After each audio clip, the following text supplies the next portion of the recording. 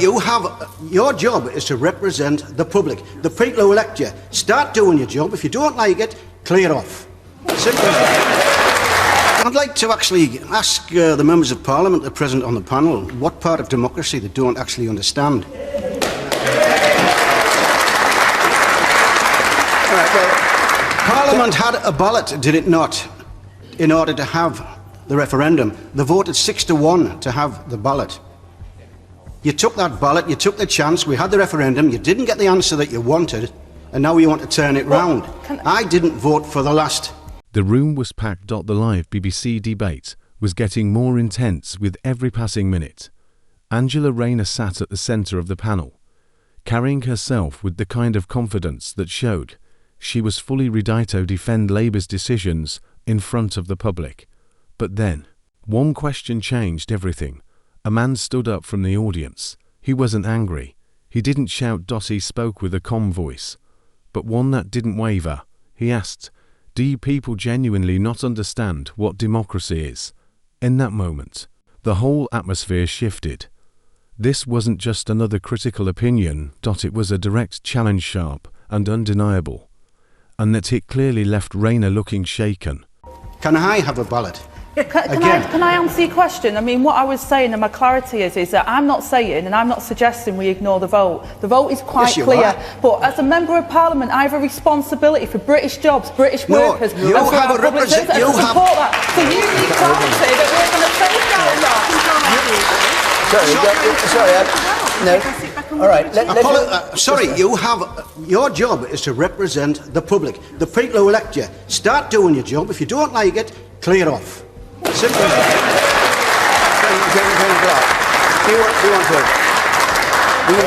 that. In that moment, the entire room fell silent. Then, suddenly, the atmosphere exploded. Applause broke out across the hall. People nodded strongly, and a few even cheered out loud. It wasn't just about the question that had been asked, it was about the growing frustration in the air, the voice of thousands of voters who felt left behind. That man had said what many had been holding in for a long time. Angela Rayner looked clearly tense. She tried to hide it with a tight smile, shifting slightly in her seat. But that small reaction cost her. Instead of answering the question directly, she chose to avoid it, to push the conversation in another direction. It was a well-known move, often used by politicians. But this time, it didn't work. The damage was already done. The audience could see it plainly.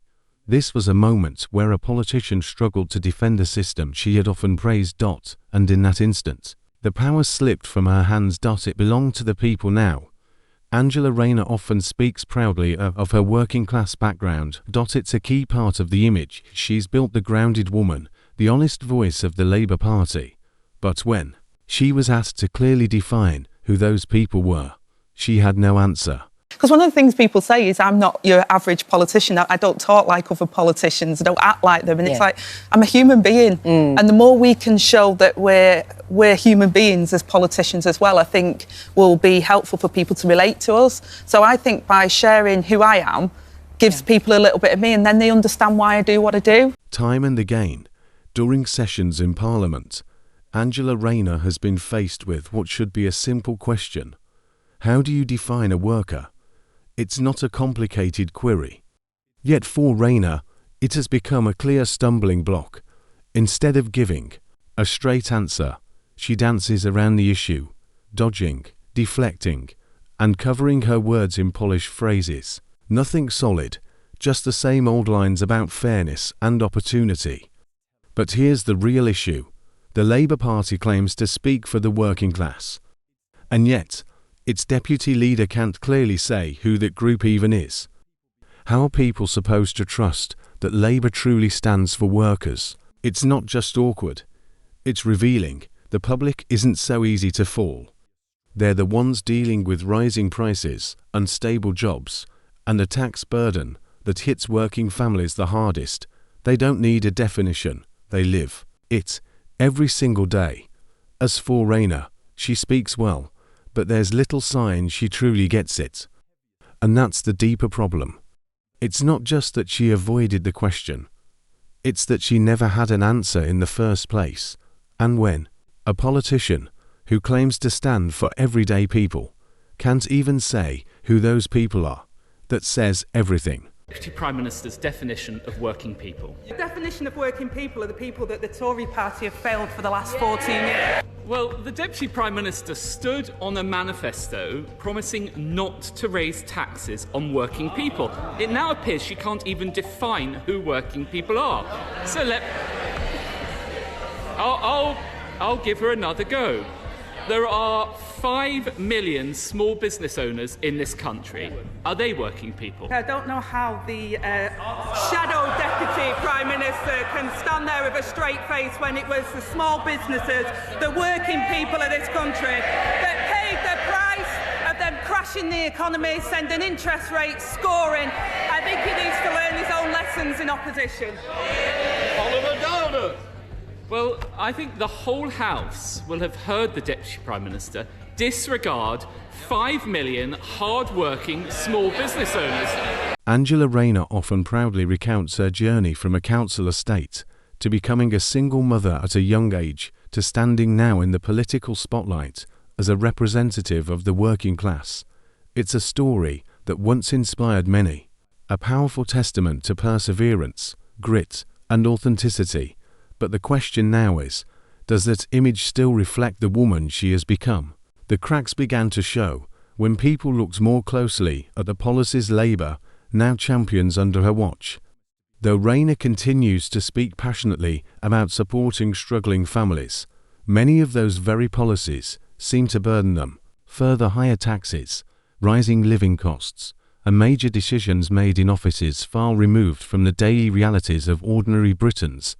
Many now believe Rayner has become part of the very Westminster bubble she once vowed to break. She promised to be a voice for workers, yet those same workers now feel she's lost touch. When pressed on specifics, she often appears uneasy, and voters who once believed in her are beginning to question their faith. For countless working class people, they no longer see themselves reflected in today's Labour Party. The promises may sound good, but they come from people living lives far removed from their own. People who claim to understand, yet have experienced none of it.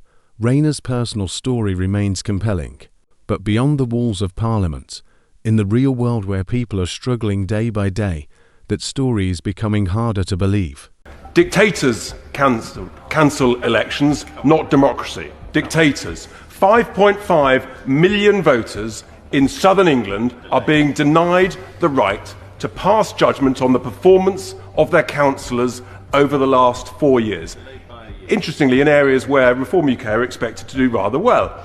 In cancelling these elections, Secretary of State, in cancelling them, you've admitted, the Secretary of State has admitted she doesn't know what will replace them. So it seems to me there is a serious risk, as previously mentioned, of not being ready in 12 months' time, in which case, can the Secretary of State be crystal clear what happens? Are they delayed a further year, or will they go ahead in May? Elections are meant to be the cornerstone of any democracy.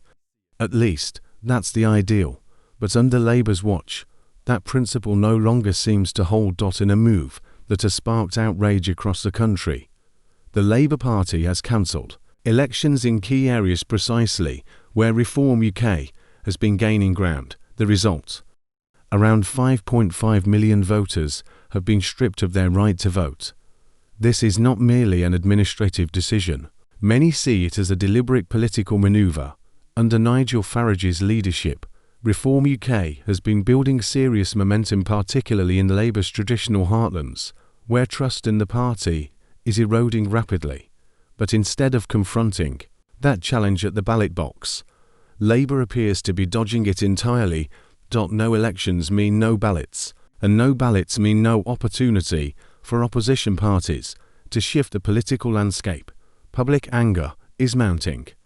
Many see this as a brazen act, a direct blow to democracy itself. Labour, far from acting like a government of the people, is starting to resemble a party afraid to face the very people it claims to represent.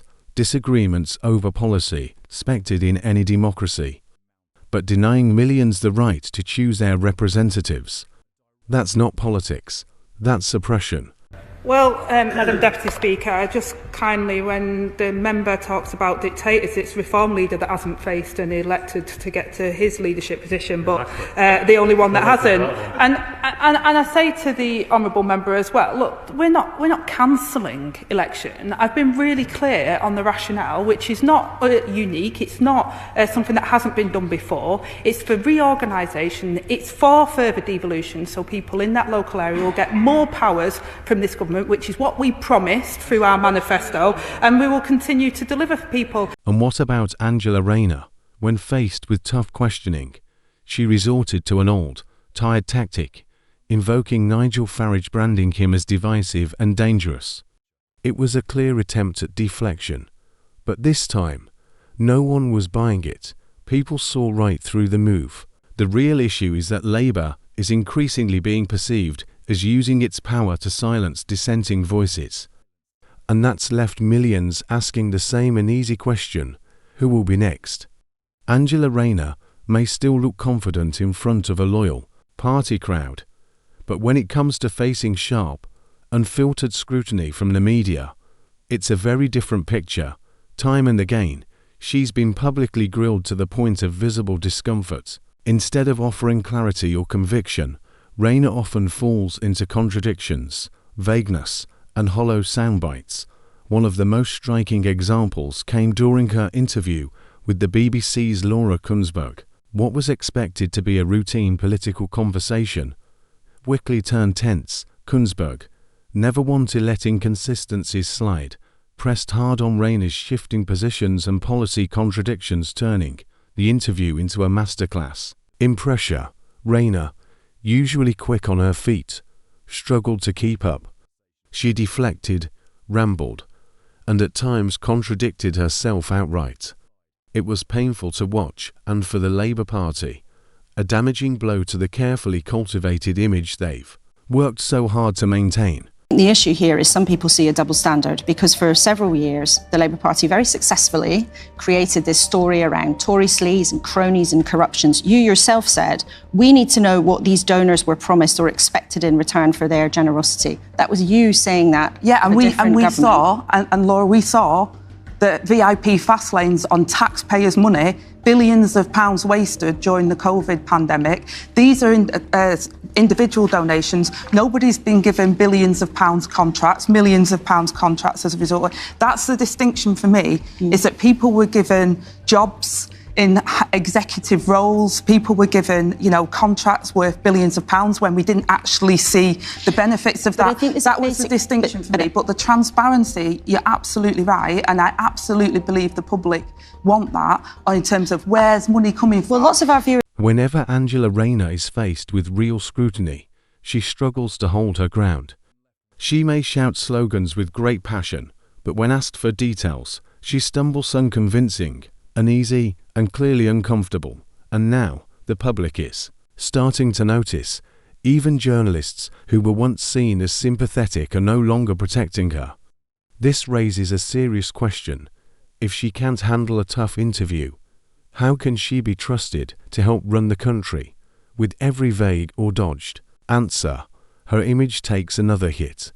And if this pattern continues, it won't just be her reputation at risk. Labour's credibility will be next. The housing crisis in Britain has gone on for far too long. Families have waited endlessly for social housing, rents keep rising, and homelessness is increasing at an alarming pace. So when Angela Rayner and the Labour Party announced plans to prioritise social housing for migrants, it triggered real frustration. 4 years, British citizens, taxpayers, hard-working, law-abiding people have suffered through painfully long waits for a secure home. And now, many of them feel they've been pushed to the back of the line. Labour's new policy seems to favour newcomers, leaving local residents feeling more overlooked and excluded than ever. Would you reverse the cuts on corporation tax? I think that the cuts on corporation tax are missing the point because we need that money. We need that money at the moment. Would you reverse it? Hold on. Inheritance tax. Would you reverse them?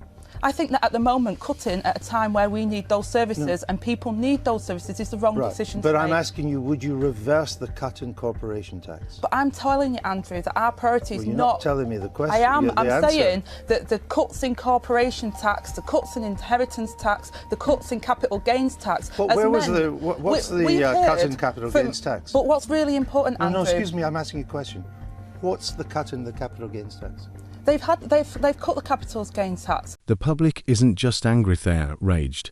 The backlash was swift and fierce, with many calling it a betrayal of Britain's working class, the very people Labour once promised to represent now feel sidelined all over again instead of fixing a broken system. Labour's response has been to abandon British families in favour of promoting morally symbolic politics. Angela Rayner has tried to frame the conversation around fairness, human rights and inclusion, but for many such rhetoric rings hollow. British voters are watching this unfold with their own eyes, and with every unjust policy introduced addressed in Labour erodes further. Housing is not just a technical issue, is a clear indicator of whom this governmentally prioritised under Labour's current leadership. It's evidently not the British people. Angela Rayner was once seen as a champion of the working class, a Mayon who understood the daily struggles of ordinary citizens, but now a series of missteps is rapidly eating away at her credibility, from floundering during live broadcasts, failing to define